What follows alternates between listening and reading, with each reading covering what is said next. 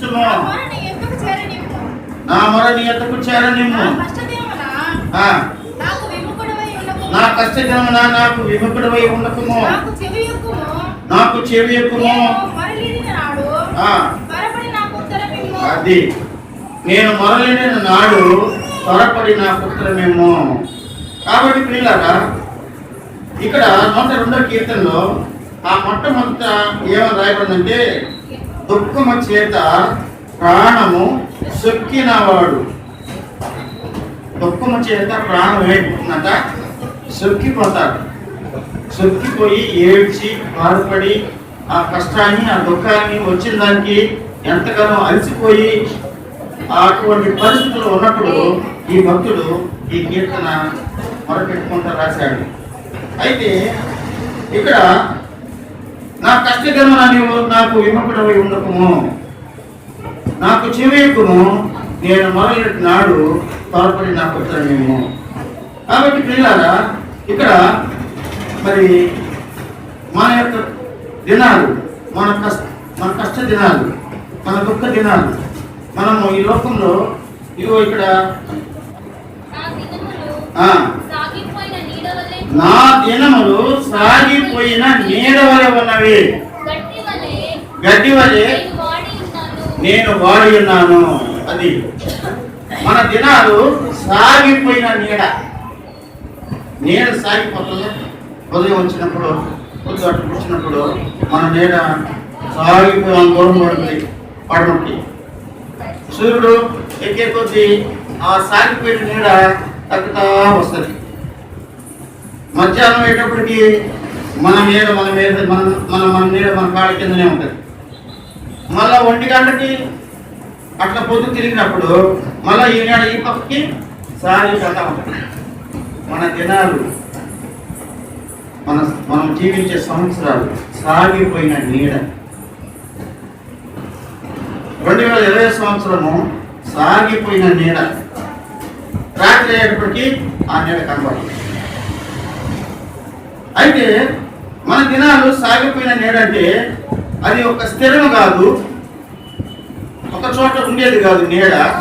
అది సాగిపోతూ ఉంటుంది.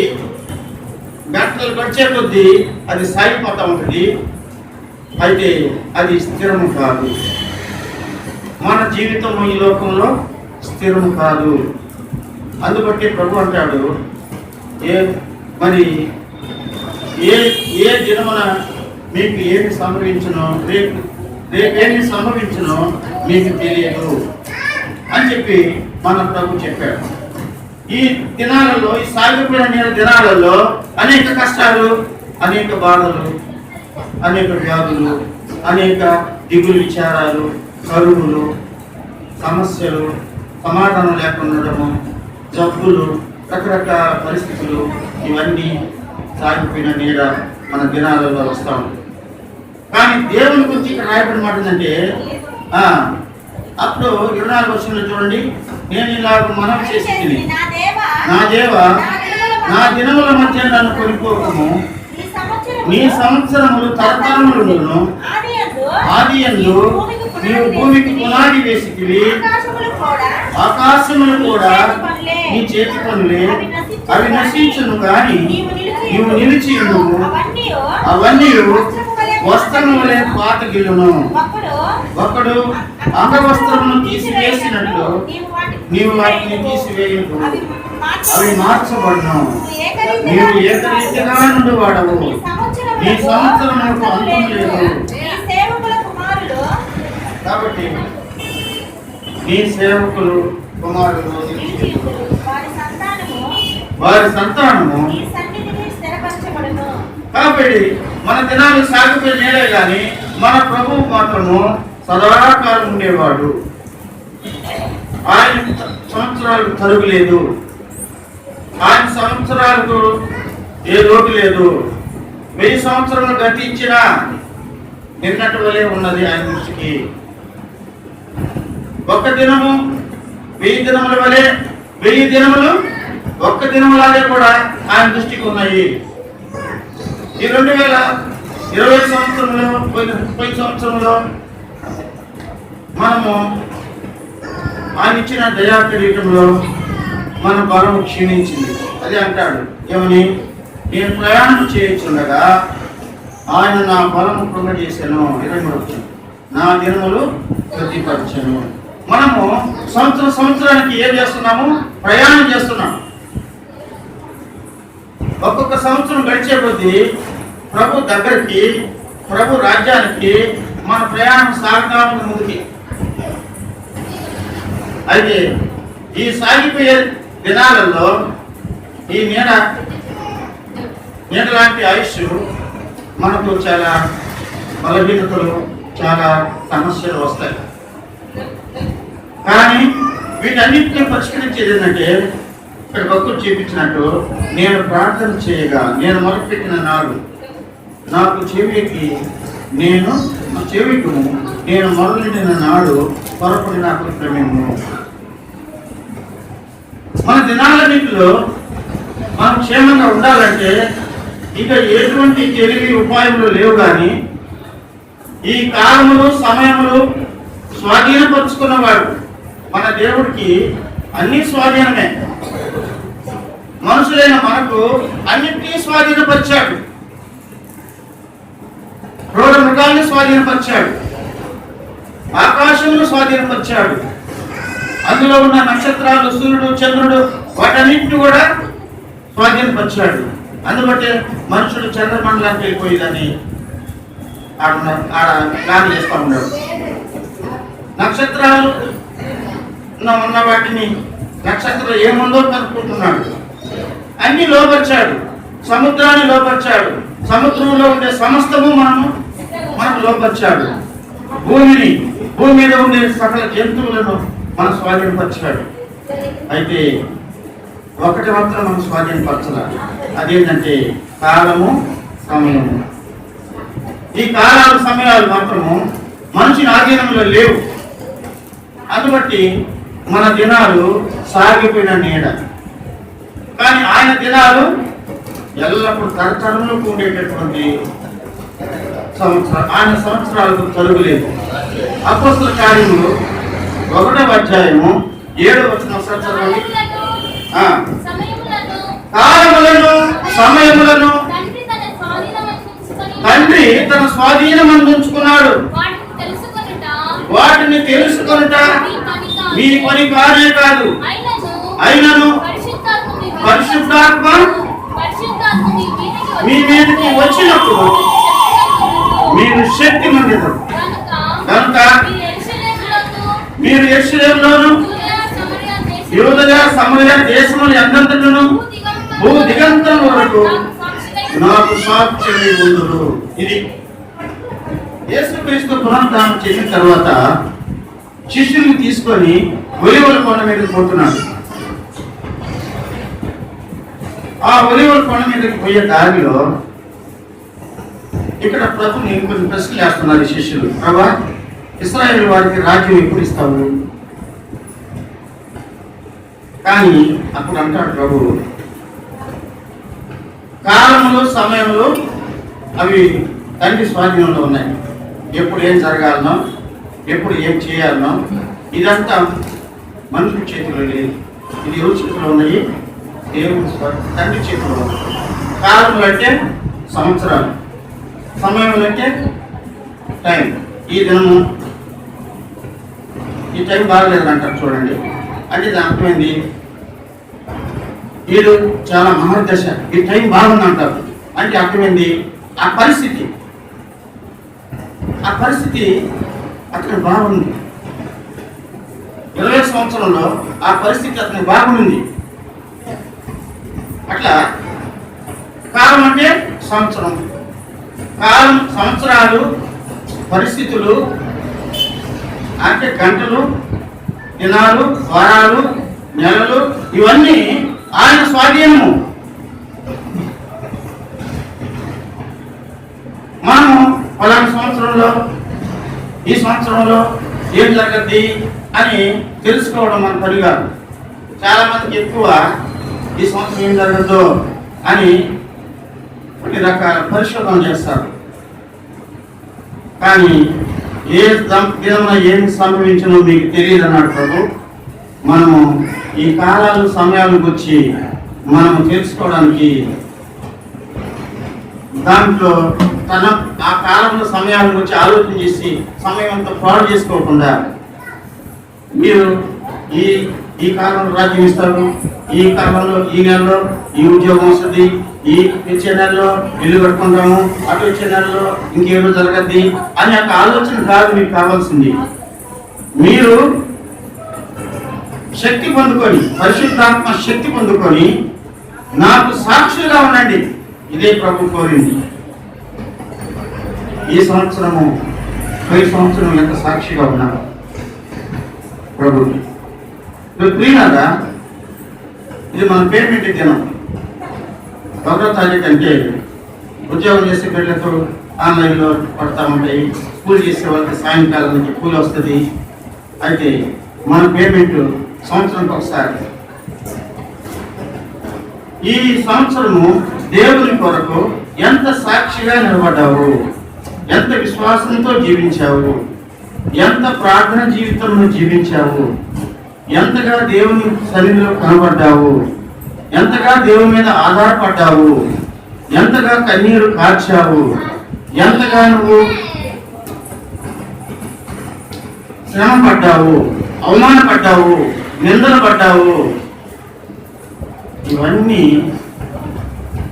ప్రభువుకు సాక్ష్యాలు. నా కట్టయింది ఏంటి, నా తిట్టయింది ఏంటి, దేవుడు నా పక్షాన్ని లేడము అని మనము దేవుని మీద సనుకోవడము, కొనుక్కోవడము ఇది కాదు మనం చేయాల్సింది. ఎందుకంటే ఏ టైంలో అది అంటాడు ప్రసంగి గ్రంథంలో, దేని 3వ అధ్యాయంలో ఉంది, దేని కాలమందు. చూడండి, ప్రసంగి గ్రంథము 3వ అధ్యాయంలో దేవుడు ఈ కాలాన్ని సమయాన్ని దేని కాలమందు అది చక్కగా జరుగునట్లు సమస్తమును అది దేవుని స్తోత్రం. హల్లెలూయా. దేని కాలమందు ఏమి జరగాలనో మనం ఆలోచన చేయబడ్డా, అది ఎవరి చేతిలో ఉంది? కాలములు సమయములు స్వాధీనపరుచుకొని నీకు నాకు తను నమ్మిన వారికి, నమ్మకుండా ఉండేవారికి, లోకంలో ప్రజలందరికీ ఎప్పుడు ఏమి జరగాలనో దాన్ని ఆయన చక్కగా ప్లాన్ చేసి పెట్టుకున్నాడు. ఈ నూతన సంవత్సరంలో కూడా ఇదే ఆయన తన స్వాధీనంలో పెట్టుకున్నాడు. ఈ 21వ సంవత్సరాన్ని తన స్వాధీనంలో తీసుకున్నాడు. ఈ సంవత్సరంలో నీకు ఏం చేయాలనో అది ఆయన డైరీలో ఉంది, ఆయన సంకల్పంలో ఉంది. అది నాకు ఎప్పుడు చేస్తావా అని మనం తెలుసుకోవటం మన పని కాదు. మనం మాత్రము దేవుని కొరకు సాక్షులుగా పరిశుద్ధాత్మ శక్తి పొందుకొని సాక్షులుగా జీవించడం, దేవునికి సాక్షులుగా నిలబడడం. అల్ప విశ్వాసంతో, అవిశ్వాసంతో, రకరకాలైనటువంటి సనుగులతో, గొనుగులతో కాలాన్ని ఉదాహరించుకుంటా. చూడండి, ఈ అమూల్యమైన అన్నిటికంటే విలువైనది ఏంటంటే, డబ్బు కంటే విలువైనది ఏంటంటే సమయము. సమయం నా సొమ్ము అన్నాడు. సమయం ఏంటంట దేవుని సొమ్ము, దేవుని సొత్తు. అదే చెప్పింది. ఒక మేనా ఇచ్చిన వాడు కుంటలో పాతి పెడితే వాడిని ప్రశ్నించాడు, నా సొమ్ము నువ్వు సావుకారులు ఎంత పెట్టుంటే నేను వడ్డీతో కూడా తీసుకున్నాను కదా. నువ్వు అలా చేయకుండా గుంట దొవ్వి గుంటలో పాతి పెట్టానన్నవే, పైగా నా మీద నిందలు. ఏమని? నువ్వు విత్తన చోట కోసేవాడు, చల్లని చోట ఇచ్చేవాడు. ఇటువంటి నువ్వు కఠినుడు. అందుబట్టి నీకు భయపడి నువ్విచ్చిన మేన, నువ్విచ్చిన సమయము నేను ఇదిగో నువ్వే తీసుకో. సమయం మళ్ళా ఇచ్చి తీసుకోవడానికి కుదరదు. అందుబట్టి ఆయన అంటాడు, సోమరువైన చెడ్డదాసుడా, నీవు నా సొమ్ము అలా నేను కట్టినైతే నా సొమ్ము నువ్వు ఎందుకు వడ్డీ సాగుకున్నాడు అక్కడ కట్టలేదు. నీతో పాటు ఇచ్చినాడు, 5 ఇచ్చినాడు, 5 పెంచుకున్నాడు, 2 ఇచ్చినవాడు 2 పెంచుకున్నాడు, నువ్వు మాత్రము గుంటలో పాతి పెట్టావు. కాబట్టి అది కూడా తీసుకోవడానికి చెప్పి తీసుకొచ్చి ఆ కలిగింది కూడా ఆ ఒక్కరు కూడా ఎవరికిచ్చాడంట? కలిగిన వాడికి ఇచ్చేసాడు, లేని వాడిని లేని దగ్గర నుంచి తీసి. కాబట్టి ఇతడు స్వాములైన శటదాసుడు వీడిని కాలు చేతులు గట్టి కట్టి చేతులకు పోయి అక్కడ ఏడుపు పండుగరు. కాబట్టి విలువైన సొమ్ము ఏంటంటే సమయము. 2021 సంవత్సరము నేను సంపాదించుకున్న సంవత్సరం కాదు. మనం ఊరికే కాలయాపన చేయకూడదు. అందుబట్టే దానియేలు గ్రంథంలో 1వ అధ్యాయంలో 2వ అధ్యాయంలో ఒక మాట ఉంది, చూడండి.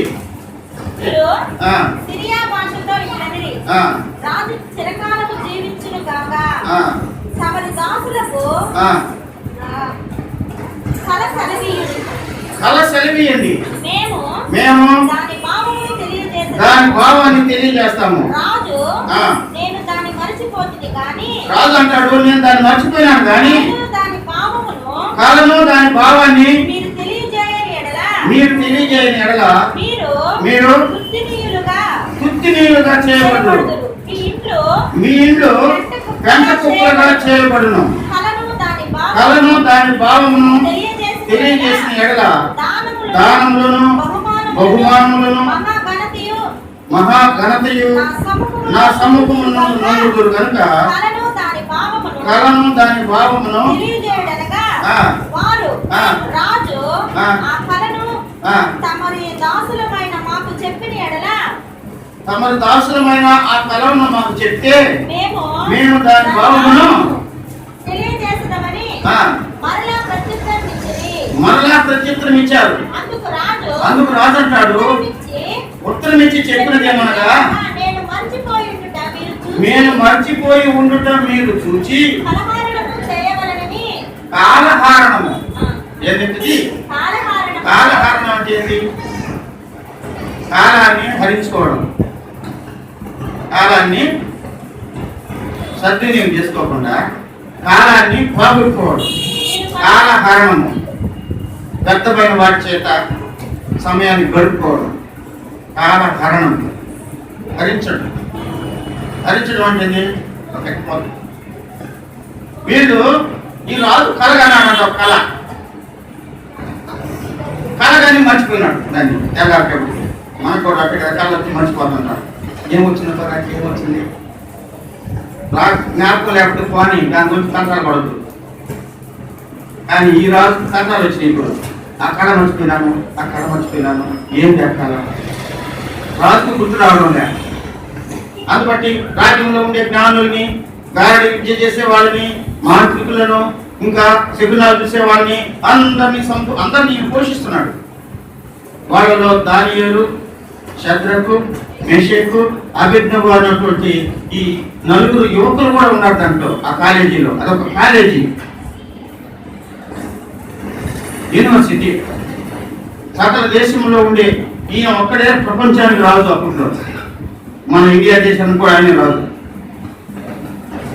ఈ ప్రపంచంలో 4 దేశాల్లో ఉన్నటువంటి యవనస్తులు, మెరికల్ లాంటి యవనస్తుల్ని, తెలివిగల వాళ్ళని రాజు సెలెక్ట్ చేసి ఒక కాలేజీ పెట్టి అక్కడ జ్ఞాన పరిశ్రమ యూనివర్సిటీలో వెళ్ళి రాజు భోజనాలతో పోషిస్తూ ఆ శాస్త్రాలని, తత్వశాస్త్రాలు, ఖగోళ శాస్త్రాలు, రకరకాల శాస్త్రాలు, జ్యోతిష్యాలు అన్ని నేర్పిస్తున్నాడు. ఈ కళ మర్చిపోయేటప్పటికి వాళ్ళ కాలేజీ బయట తీసుకురండి, యవనస్తులారా ఇదిగో కళగానే మర్చిపోయి చెప్పండి. వీళ్ళంటారు, రాజా ఆ కళ ఏంటో చెప్పు, మేము చెప్తాము అర్థం. నేను మర్చిపోయినా రాజా, అది అసంభవం. నువ్వు కళ మర్చిపోయి కళ చెప్తే మేము కానీ చెప్పకపోతే మమ్మల్ని శిక్షించు. నువ్వు కళ మర్చిపోయి కళ కూడా మమ్మల్ని చెప్పమంటే ఇది ఎవరు చెప్పలేరు. అప్పుడు రాజు కోపం వచ్చిందంట, నా సొమ్ము దీని నేను పోషిస్తుంటే మీరు కళాధారణం చేస్తారా, కళ చెప్పుకొని కాలయాపన చేస్తారా? అది జ్ఞాపకం ముందుగా చెప్పుతుంది కదా. ఇటుగా చెప్పకపోతే మిమ్మల్ని అందరినీ ఒక్కొక్కరిని స్థుతి నీరుగా మిమ్మల్ని నామరూపం లేకుండా చేస్తానని చెప్పాడు. దీంతో కూడా ఆ జ్ఞానులు ఆ పరిశ్రమ లేకపోతే ఆ యూనివర్సిటీలో ఉండే వారు యవనస్తులు అందరిలో ఈ నలుగురు ఉన్నారు కదా, యూదా దేశం నుంచి చెరగా చెర తీసుకొని రాబడ్డవాడు దానియేలు, షద్రకు, మేషకు, అబేద్నెగో. ఈ దానియేలు వచ్చి ఒక మాట చెప్పాడు అక్కడ. ఏమని?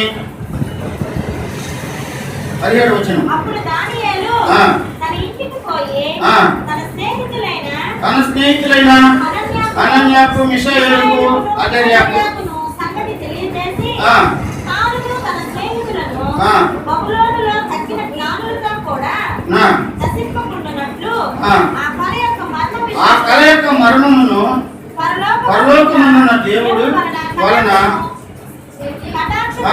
కటాక్షం పొంది నిమిత్తమై ఆయనను వేడుకున్నాడని వారిని హెచ్చరించాను. చూసారా, ఈ దానియేలు వచ్చేసి ఈ నలుగురు కలిపి వాళ్ళకి వచ్చి హెచ్చరిస్తున్నాడు. మనం ఒకసారి చచ్చిపోతాము, రాజు చెప్పకపోతే మనల్ని చంపేస్తాడు. అయితే ఇది కష్టము, మన దేవుడికి ఇది సులభము. కాలంలో సమయాలు ఆయన చేతుల్లో ఉన్నాయి. ఆయన ఏ సమయంలో ఏం చేయాలనో అది ఎరిగిన దేవుడు. మరి ఈ రాజుకి కాలు ఎత్తికిచ్చాడో దాని సంగతి ఏంటో మనకు చెప్పడానికి మనం ఏం చేయాలంట? ప్రార్థన చేయాలి, కాలహరణం చేయకూడదు, అందరూ చెప్పుకుంటా తిరగకూడదు. రాజు కళ వచ్చిందంట, ఆయన చెప్పడంట, మేమే చెప్పాలంట. ఈ రాజుకి కోపం వస్తూ ఉంది. ఈ మాటతోనే కాలంకి ఎవరుస్తున్నారు.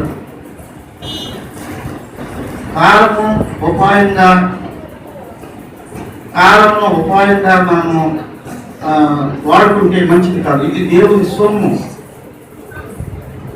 దీంట్లో మనము దేవుని ఇక్కడ రాజును ఎవరితో పోల్చుకోవాలి? దేవుడితో పోల్చుకోవాలి. దేవుడు నేను ఇచ్చిన సమయంలో మీరు కాలహరణం చేసుకుంటూ సమయాన్ని పోగొట్టుకుంటూ, ఎఫెసీ పత్రిక ఏం చెప్పాడు? దినములు చెడ్డవి కనుక సమయాన్ని పోనివ్వక సద్వినియోగము చేసుకొనచ్చు, అజ్ఞానుల వలె కాక జ్ఞానుల వలె ఉండుడి. జ్ఞానం కాలాన్ని పోగొట్టుకోకుండా జీవించడము జ్ఞానము. కాలాన్ని వృధాగా టైం పాస్ కాలేదా? మనం సముద్రం పోదామా? చాలా మంది టైం పాస్ కావాలి, కడవాలంట. సముద్రం పోవాలి, సముద్రంలో ఏం కావాలా? సెల్ఫీలు దిగాల. ఆ సముద్రంలో దిగుతా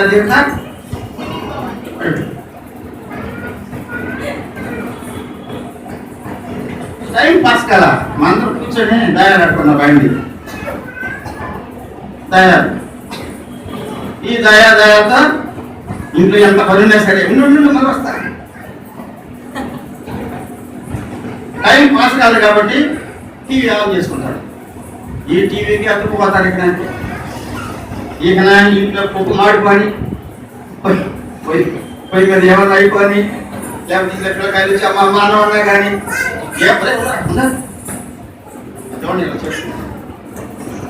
కాలహరణం. ఎన్ని రకాలుగా కాలాన్ని పోగొట్టుకుంటున్నారు మనుషులు. దేవుని సొత్తు ఇది. నీ సొత్తు నా సొత్తు కాదు. మనం ఒక్క నిమిషాన్ని సృష్టించలేము, ఒక్క నిమిషాన్ని ముందుకు నడపలేము, ఒక్క నిమిషాన్ని వెనక్కి తీసుకురాలేము. ఇది మన వల్ల కానే కాదు. ఈ కాలములు సమయములు ఆయన మాత్రమే స్వాధీనం పెట్టుకున్నాడు. ఆయన రమ్మంటే కాలం వెనక్కి వస్తుంది, ఆయన పొమ్మంటే కాలం ముందుకు సాగిపోద్ది. అటువంటి మహాదేవుడు నీకు ఇచ్చిన టైము 21 సంవత్సరము అమూల్యమైనటువంటి సృష్టి. దీంట్లో కాలహరణం చేయకూడదు. ఇక్కడ అతడు ప్రార్థన చేయగా ఏం జరిగిందంటమ్మా? 20వ వచనం. రాత్రి యందు దర్శనము చేత ఈ మర్మము దానియేలునకు బయలుపరచబడెను.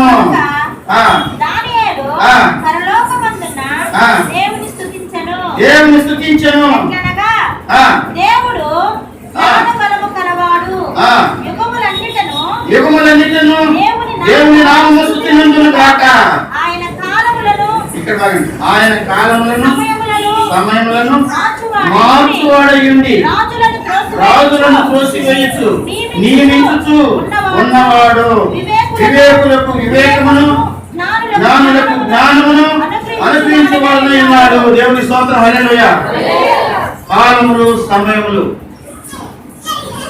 ఒక పాట ఉంది. నీ ప్రజల నెమ్మదికై రాజాజ్ఞ మార్చింది నీవే అని అధికారులను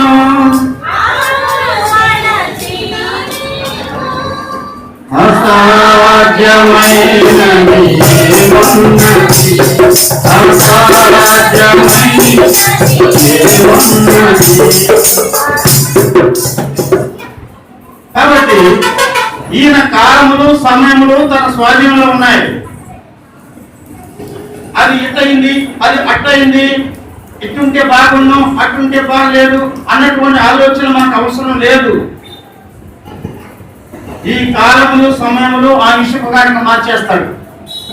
ఇప్పుడు దాకా నాకు టైం ఏం లేదు, బ్యాడ్ టైము, నేను ఏం చేసిన 20 సంవత్సరంలో నాకు ఏం కలిసి రాలేదు, కొంతమందికి బాగా కలిసి వచ్చింది, నాకైతే కలిసి రాలేదు అని బాధపడద్దు. కాలాన్ని మార్చే దేవుడు నీ జీవితంలో నీ బ్యాడ్ టైంని, నీ యొక్క దుస్థితి, ఆ యొక్క కష్ట సమయాన్ని సంతోషంగా మార్చే టైం కూడా నీకు దేవుడు ఇవ్వగలడు. ఎందుకంటే ఆయన కాలములు సమయములు మార్చువాడు. రాజులను అధికారులను సింహాసనాల నుంచి తొలగించేవాడు, వారి స్థానంలో మరొకరిని నియమించేవాడు. ఈ సమస్త ప్రపంచాన్ని ఆయన పాలించే దేవుడు, రాజులకు రాజు, ప్రభువులకు ప్రభు. ఈయనే మహాశక్తి సంపన్నుడు, అన్ని యుగములలో జీవిస్తున్నవాడు, మొదటివాడు, కడపటివాడు, ఆది అయిన వాడు, అంతమైన వాడు. ఈయన తప్ప ఈయనే నీకు మహోద్దశ కూడా రప్పించగలడు. నువ్వు సమయాన్ని కాలహరణం చేయకుండా దాన్ని నువ్వు సద్వినియోగం చేసుకుంటూ, నీవు దేవుని ప్రార్థన చేస్తూ, దేవుని వాక్యం చదువుకుంటూ, నీవు దేవుని మందిరానికి వస్తూ, నీవు దేవుని మాటలు నీ తోటి వారికి కొన్ని మాటలు వాళ్ళకి చెప్పి, వాళ్ళు కష్టాల్లో ఉంటే వాళ్ళ కొరకు ప్రార్థన చేసి వాళ్ళు ప్రభుత్వం నడిపిస్తే, చూడండి ఆ కష్టాలు ఉన్న వారు ఎన్ని పలహారాలు నుంచి పెట్టారు మన కోసం. ఇక్కడ ఎందుకు ఇచ్చారు, ఎన్ని వాళ్ళు మనం తెమ్మన్నామా, వాళ్ళ కోసం ప్రార్థన చేసాము, వాళ్ళకి మేలు జరిగింది, వాళ్ళు తీసుకొచ్చి పెట్టారు. వీటి వరకే మనం దేవుడు ఈ టైం ఇచ్చింది మనకు. ఈ కరోనాతో వీటితో భయపడిపోయి గుడ్డి చెదిరిపోయి కృషించిపోతున్నటువంటి మానవ జాతి మన చుట్టుపక్కల ఉంది. అయితే మనం కాలహరణం చేయకుండా, వాళ్ళు తెలీదా, వాళ్ళని అడగలేదు, వాళ్ళు అడిగితే నేను చేస్తాను, ఇట్లాంటి అవసరం లేదు. నీకు ఇచ్చిన టైంలో నీకు మహాదశ, ఇక్కడ ఒక మహాదశ కూడా ఉంది.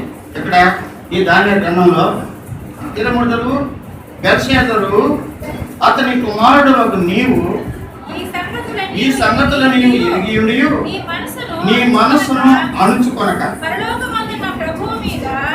పరలోకమందున్న ప్రభువు మీద నిన్ను నీవే హెచ్చించుకుంటివి.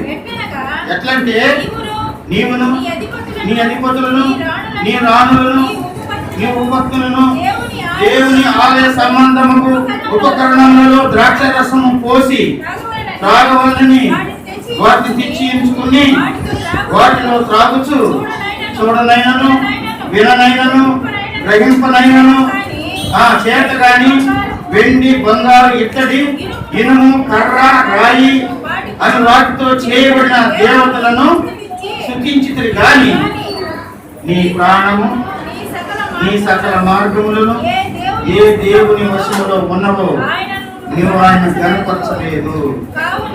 చాలు. నీ ప్రాణము, నీ సకల మార్గాలు, నీ ప్రతి పరిస్థితి ఈ సంవత్సరంలో నీకు మహర్దశ రావాలంటే ఈయనే కారణం. మహర్దశ అంటే బ్యాడ్ టైం. బ్యాడ్ టైం అంటే చెడు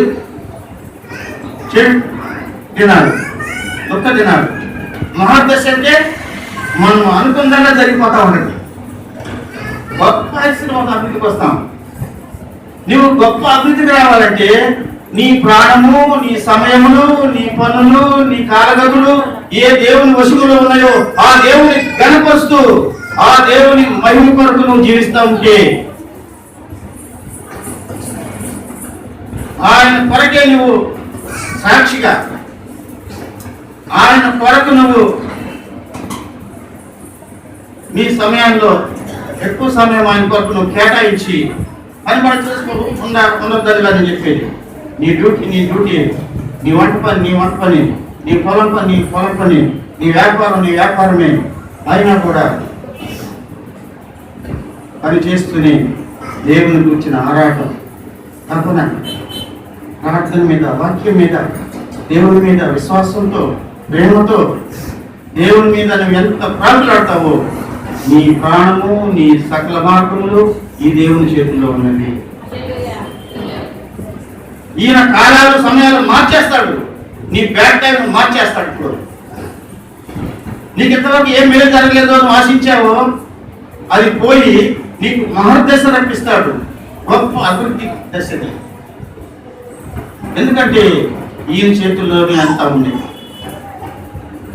జ్యోతిషుడు పోయి నేను అనుకున్న జరుగుతలేదు, చెప్పు నాకు వివాహం వస్తుంది కాదా, లేకపోతే నాకు ఉద్యోగం వస్తుందా కాదా, నేను అప్పులో ఉన్న తీర్తే లేదా. వాడు చిలక కాడికి జ్యోతిషుడి కాడికి పోతే కాదు, ఇదిగో ఈయన దగ్గరకు వచ్చి కార్యం ఏం చేశాడు, ఆ రహస్యం ఏందో మాకు బయలుపరిచేశాడు దేవుడు. వాక్యం చెప్తుంది ఏమని, మా ఫోన్ నెంబర్ ఉన్నప్పుడు 333 ఇర్మియా గ్రంథంలో 333 మా ఫోన్ నెంబర్. అది దేవునికి మనకు సంబంధించిన నెంబర్. 666 నెంబర్ ఉంది, అది సాతానికి అంశాలకు సంబంధించిన 666 ముద్ర సాతానికి. 333 అంటే 33 అధ్యాయంలో 3వ వచనం, నాకు మొరపెట్టుము నేను నీకు ఉత్తరం ఇస్తాను, నీవు గ్రహింపలేని గొప్ప సంగతులు, గూఢమైన సంగతులు, అది గొప్ప సంగతులు తెలియపరుస్తాడు. నీ మహర్దశ ఎప్పుడు వస్తుందో నీకు తెలియపరుస్తాడు, నీకు ఉద్యోగం ఎప్పుడు వస్తుందో తెలియపరుస్తాడు, నువ్వు ఎప్పుడు ఇల్లు కట్టుకుంటావో తెలియపరుస్తాడు, నువ్వు ఎప్పుడు పాస్ అవుతావో, దేంట్లో సక్సెస్ఫుల్ గా అవుతావో అన్ని ఆయన బయలుపరుస్తాడు, నిన్ను మహర్దశలో కట్టిస్తాడు. ఈ ప్రభువుని నువ్వు కాలంలో సమయాలు మార్చే దేవుడు, రాజులను పడదోసేవాడు, రాజ్యాల మీదకి ఏరియాలని, దీనులను దరిద్రులని పట్టాభిషేకం చేసేవాడు. ఇటువంటి మహర్దశ తప్పించే దేవుడు నీకున్నాడు ఈ సంవత్సరం. ఈయన కాలములో సమయంలో తండ్రి స్వాధీనం అన్నాడే, ఈయన ఆజ్ఞాపిస్తే ఒక మాట ఆక్రమణ చెప్తాను. ఆ దినములలో హిజ్కియాకు మరణకరమైన రోగం కలుగుగా ప్రవక్తయు ఆమోజు కుమారుడైన యెషయా అతని వద్దకు వచ్చి, నువ్వు మరణం అవుతున్నావు, బ్రతుకు కనుక నీవు నీ ఇల్లు చక్క పెట్టుకోమని యెహోవా సెలవిస్తున్నాడని చెప్పగా. చూసారా, ఇతనికి క్యాన్సర్ వ్యాధి, మహారాజు అయితేమి, సామంతుడైతేమి, ధనికుడేమి, దరిద్రుడేమి రోగానికి అభిజ్ఞుడు కాదు. కాబట్టి ఈ లోకంలో ఈ క్యాన్సర్ వ్యాధి వచ్చి నడి వీపులో రాసపుండు పుట్టి ఇతడు ఇక చచ్చిపోవడానికి సిద్ధంగా ఉన్నాడు. ఇతడు మహాభక్తుడు. అయితే దేవుడు చెప్పాడు, ఆయన ఈ రోగంతో నువ్వు బాధపడలేవు, ఈ నొప్పితో నువ్వు అల్లాడిపోతున్నావు, నువ్వు అల్లాడుతూ ఉంటే నేను చూడలేకపోతున్నాను, నువ్వు నీళ్ళు చక్కబెట్టుకొని నీ భార్య పిల్లలకి ఏమి ఇవ్వాలని ఇచ్చేసి నువ్వు నా దగ్గరకు వచ్చి నేను ఇది తీసుకుంటా అని చెప్పి దేవుడు మాట్లాడాడు ప్రవక్త ద్వారా. మాకు ఈయన మాత్రం చచ్చిపోవాలి లేదు, ఇంకా కొంతసేపు బతకాలని, ఇంకా కొంత ఆయుష్ రావాలని, పొందుకోవాలని ఉంది.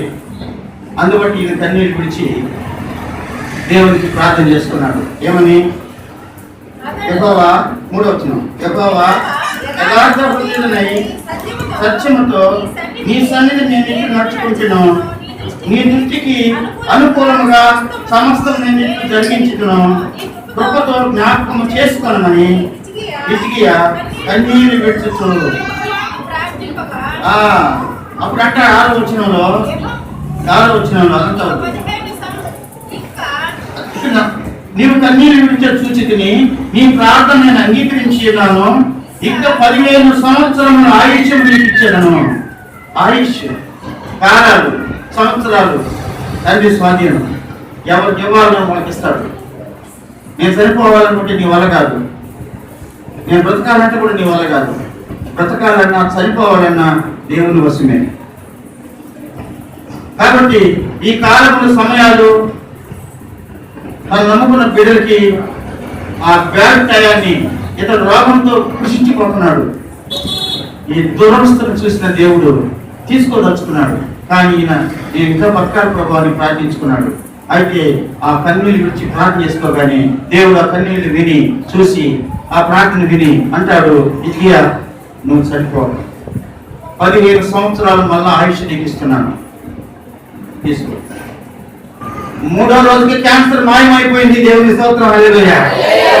3వ రోజుకి 3వ రోజుకి మాయమైపోతే అని సంకల్పం పెట్టుకుని పోరా, నేరుగా ఈ క్యాంప్కి వచ్చాడు, దేవుని మందిరానికి వచ్చాడు.